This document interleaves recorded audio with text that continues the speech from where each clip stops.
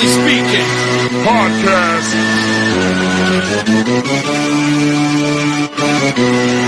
Let's get it. I'm a giant in New York, in Miami carry heat. So much more in store, my product can flood the street. Opinion Nation Godfather, CEO. Puff in the late 90s, gon' see me blow. Oh, got my hustle on, no imitation of bad. Army of untouchables, Opinion Nation staff. Never an off season, homie, check the numbers. Heart throb in my own right, supplying southern comfort. Earnestly speaking, my ego is well fed. Earnestly speaking, you're too feeble and no threat. See, I'm like a hurricane, you're a mild breeze. Earnestly speaking, leaving Eli a dynasty. Shake!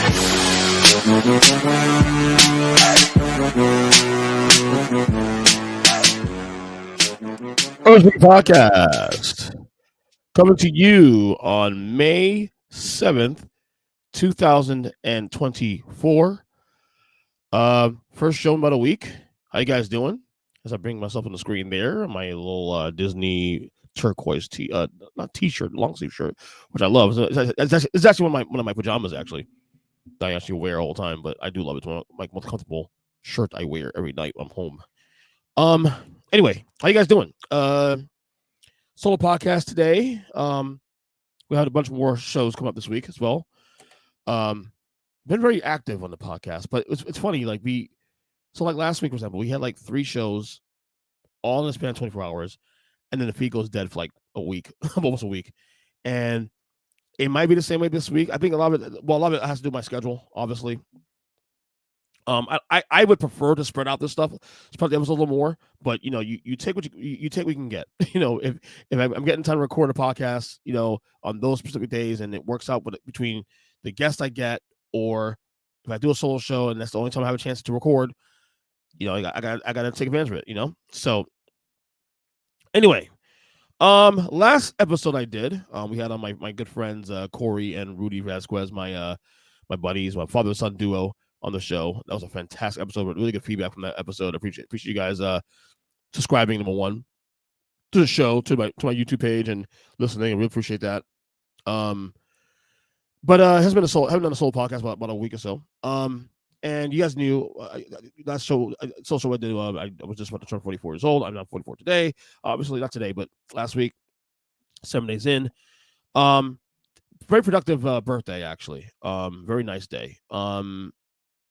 It's one of those things where, like, you get, as I told you guys, when you get older, at least in my case, I the things I appreciate more than anything else is just the time spent with family and friends. It was a really good day. Had a lot of cake though, which I regretted the next morning. Basically, long story short, my went to work, and one of my coworkers, shout out to my friend Diana for doing this, because she's such a sweetheart, and she's a good spirit. She does a lot of the employees she's close to. She gave them a cake and balloon, and she did the same thing for me. I didn't even know she was going to do this. Had a cake there at work. That was kind of fun. Went home, had my traditional ice cream cake with my wife and kids at home. And then went to my mom's house. So, of course, you guys know it is my mom's birthday as well, too, on May 1st as well. And went there. We celebrated it with her as well. I had more cake and ice cream there. And that was a fun time as well, too, with my family, my nieces and all that. But the next day, I had plans to take my mom out for her birthday Thursday morning, and I had to cancel that because I would take a rain check rather, because I ate so much damn cake and ice cream that day that the next day my stomach actually maybe pay for it. Long story short, my stomach was out of whack, so I told my mom, hey, can we just take a rain check on this one? She said no problem. I didn't want to do that. I actually wanted to go out. We have plans to go to Cheesecake Factory, her and I, for lunch, which I enjoy spending time with my mom and having conversations with her and all that. But I mean, sometimes things happen and you can't control it, so it's what it is. I know I hate saying that, but also one of the coolest things for my birthday that I got more than anything was one of my other coworkers and my wife also was a part of this. Shout out to my boy Jamari. Got me what I've been dying to have for a very long time. Got me a new vinyl player, record player. I used to collect vinyls like crazy, growing up. I love vinyls. You guys know I'm a big music head, of course.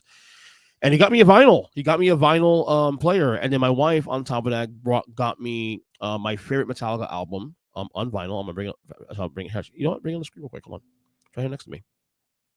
Got me the End Justice for All vinyl, which I've never owned before. I've actually never owned a Metallica vinyl before. So there's here. Metallica and Justice for All. Look at that. Gorgeous, huh? Look at the four guys. Look at that. From left to right, you got Jason, James, Lars, Kirk. I've owned many Michael Jackson vinyls, of course. I still have some of them now. Some I've lost in moves and stuff. 1 second. Put that back real quick. I've owned a lot of vinyls through the years.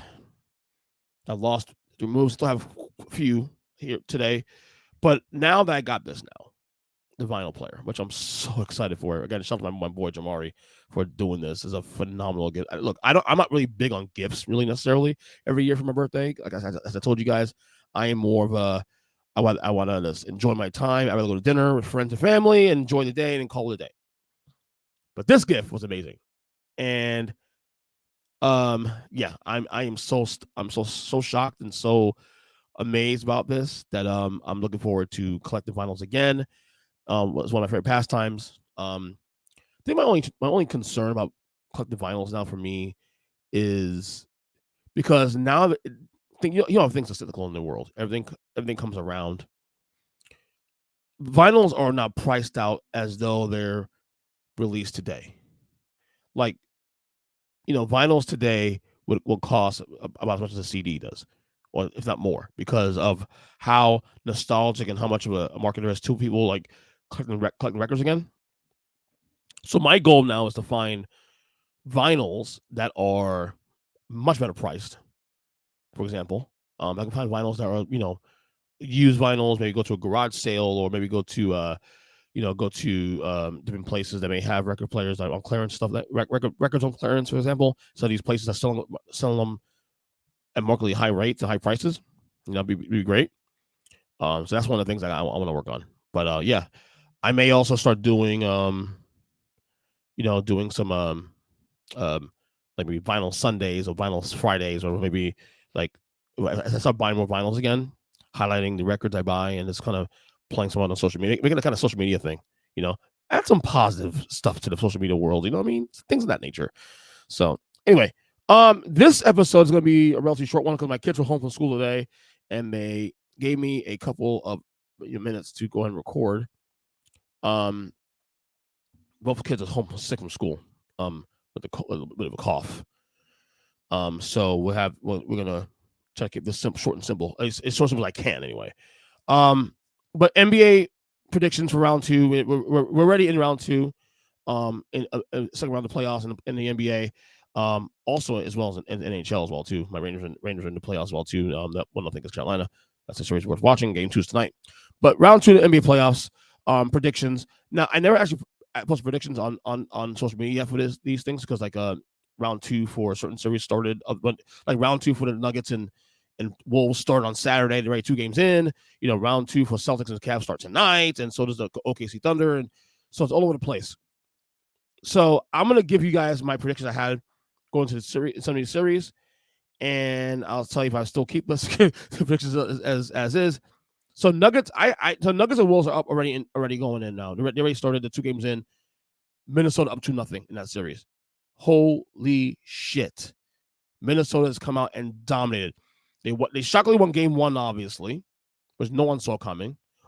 Although I did say that if there's a game of steel for Minnesota, that'd been the game of steel, and they did do that.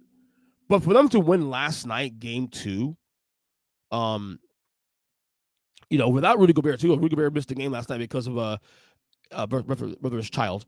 So he missed the game for that. And they still win by 20 plus points. Dominant fact. And they dominated the Nuggets from start to finish. It was never close. The game was never close after the first coming into the first quarter. Minnesota had that game in the bag from where to go. And this has been a conversation we've been having here, and I discussed this on the last podcast with Rudy and Corey a couple days ago. There's been conversation around the league, and especially in my ecosystem with my neighbors, about Anthony Davis. Is he a top 10 player, top 5 player, best player in basketball. This has been especially a massive topic in my neighborhood with my neighbors. I got 2 neighbors who actually are scheduled to come on this podcast this week.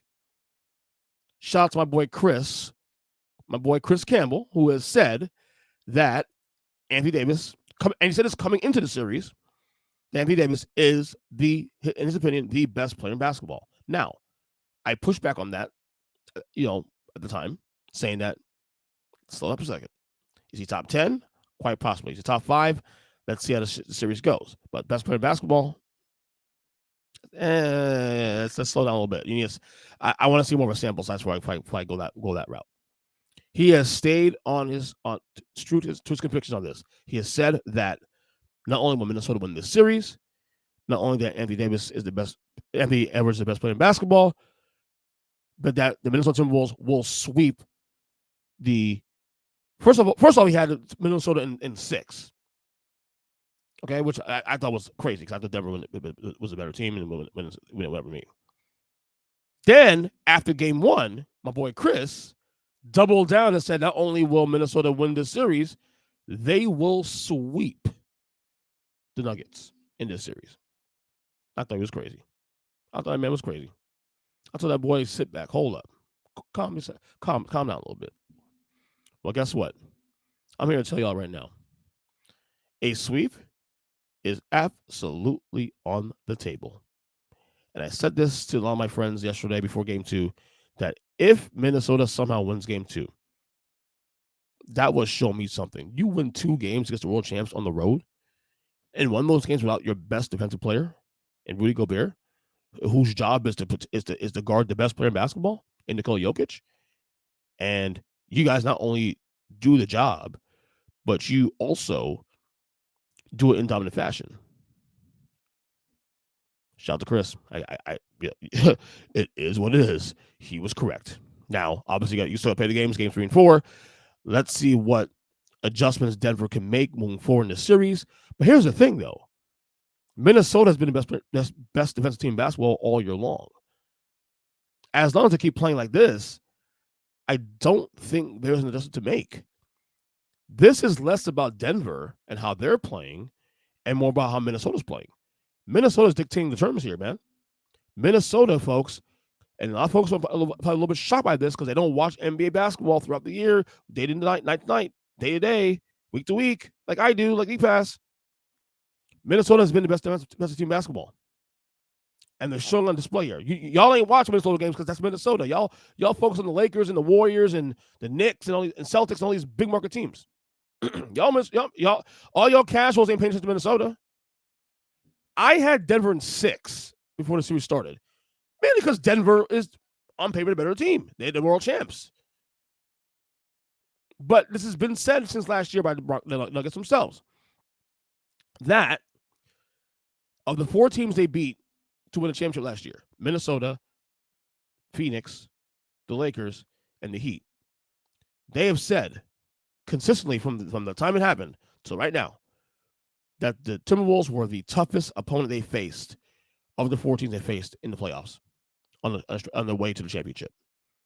Mainly because of the matchups, the tough matchups, the defense, the size, all that. What's different this year now from last year is that not only do you have Rudy Gobert is healthy, you now have Anthony Edwards is taking a leap, and most importantly, and I think this is the point that's being lost in all this. And Anthony Edwards absolutely deserves his flowers, and right now he's probably top 5 in the league, probably. Well, we'll assess that when the series is over, obviously. But what has made this work from all season long into now? This team's unbeaten in the playoffs right now. They swept Phoenix in the first round, and they maybe do the same thing as Denver right now. Is that Karl Anthony Towns, who I'm not a fan of for the record. I've been critical of that guy from day one. Never been a fan of his. But I got to give this dude his flowers. He has bought in as a number 2 guy. Before the year started, when we did over-unders, NBA over-unders, season preview with Zach and Chris, I had the under on the Nuggets at 40-something wins because I thought this team would implode. Mainly because of the fact that I was not sure if Anthony Edwards and Karl Anthony Towns can coexist because Carlton Towns has been the guy for this team for the last like 6-7 years or maybe. How long has been there? And then Edwards has now come in the last couple of years, and it has been a tussle, but I thought that the battle for who's the number one guy would be issue come to head, and that Cat would fall apart and all that. But Cat has taken his rightful position, his rightful place at number 2. This is Andy Edwards' team, as it should be. And Carlton Towns has bought in as number 2 guy, and he has played phenomenal in that role.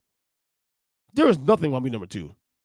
Okay, with a guy as special as Andy Edwards is, there was nothing wrong with number 2.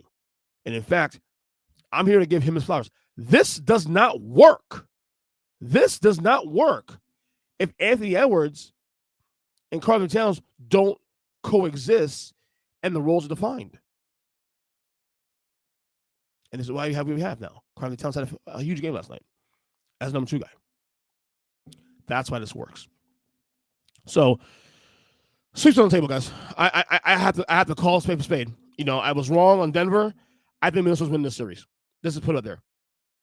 They're winning this series. I can't see Denver winning 4 of the next 5 games at this point, based on what I've seen in the last 2 games. And again, they dominated Denver last night without Rudy Gobert, arguably the best defensive player in basketball, certainly on the interior, whose sole job is to slow down Nikola Jokic, and it did not matter. It did not matter. So, Nuggets in 6 is dead. I had Nuggets in 6 originally. That's dead. You know what, dude? You got a banged up Jamal Murray who played like crap yesterday too. I'm calling it. Minnesota sweep. Because I just don't see. Maybe Minnesota 5. I don't know. But does Denver have enough moxie to come back from this? That team last night looked discombobulated, and it's not even close. I'm gonna go there. Minnesota sweep. I'm there. All right. The other Western Conference playoff matchup starts tonight. Mavericks and Thunder. I got Mavs in 6. My reason for Mavs in 6 is because it has nothing to do with Luka. Has nothing to do with O'Shea, and OKC's been phenomenal this year and all that. But Kyrie Irving's been amazing. He's been arguably one of the 5 best players in the playoffs this year.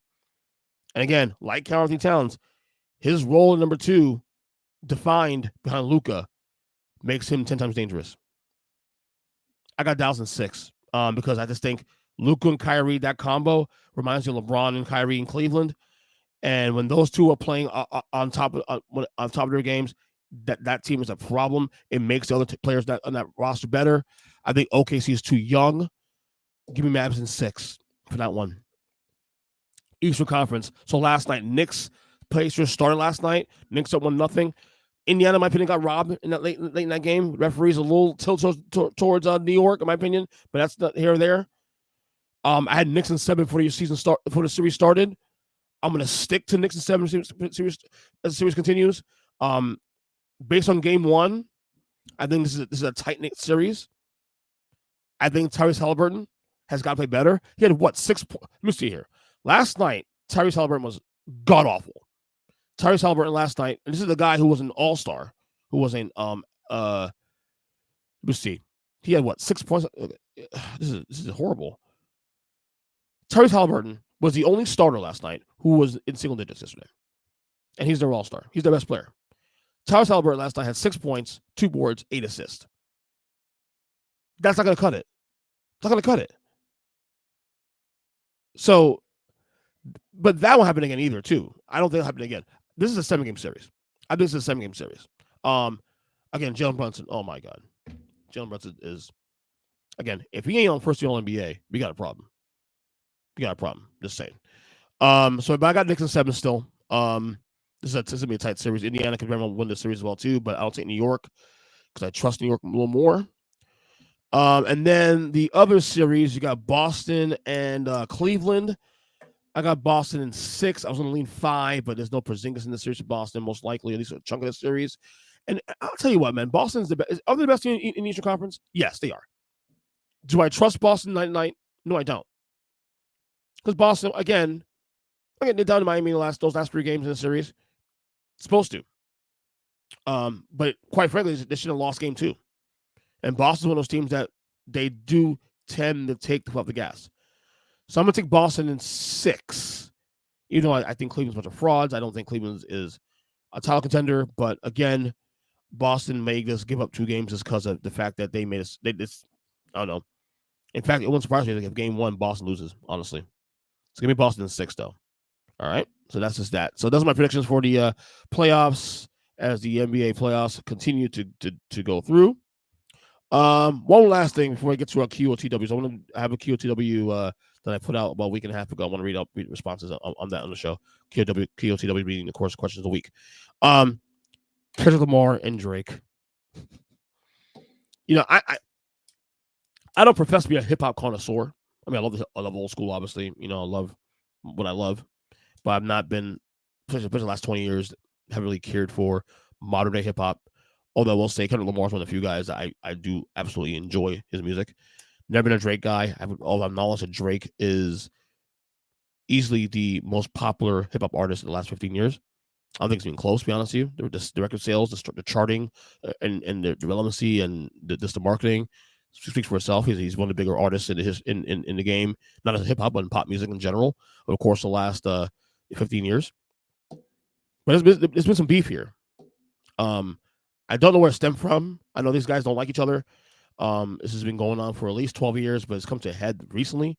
These guys have written diss tracks against each other. I think Kendrick has written 4 diss tracks to Drake's 3, and I've listened to all 7 of the songs, of diss tracks rather. And I gotta tell you, this is a gentleman's sweep. Kendrick Lamar is dominating Drake in this whole thing. And it's gotten personal now too. Also, there's been some things there being said, you know, on Kendrick's end, that calling Drake a pedophile and all this stuff. I don't know if it's true or not. A lot of people just say these things, and especially in the world that it's very conspiratorial, a lot of conspiracies, people like conspiracies and all that. But one thing's clear is that Kendrick Lamar has definitely dominated Drake in this whole feud. That's not any conversation. I'm obviously rooting for Kendrick Lamar because I love his music. I've never been a Drake guy. I mean, his first album was okay, but I've never been a Drake guy. I respect Drake for what he's done for the industry in terms of like he's made an impact, but it's not my cup of tea. You know, Drake is a bigger artist, but here's what I find fascinating this whole feud though, since this has been going on for the last couple weeks now, is that I haven't heard one person, whether on social media or anywhere in my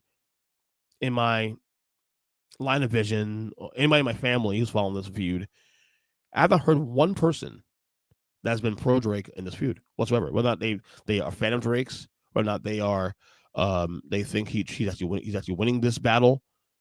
I haven't heard one pro Drake person in this feud. None. And I find that a little surprising because as big as Drake is his career rating down? Has it been down for a while? I don't know. Again, I don't follow hip hop like that like I used to. I mean, obviously I'm a lot older.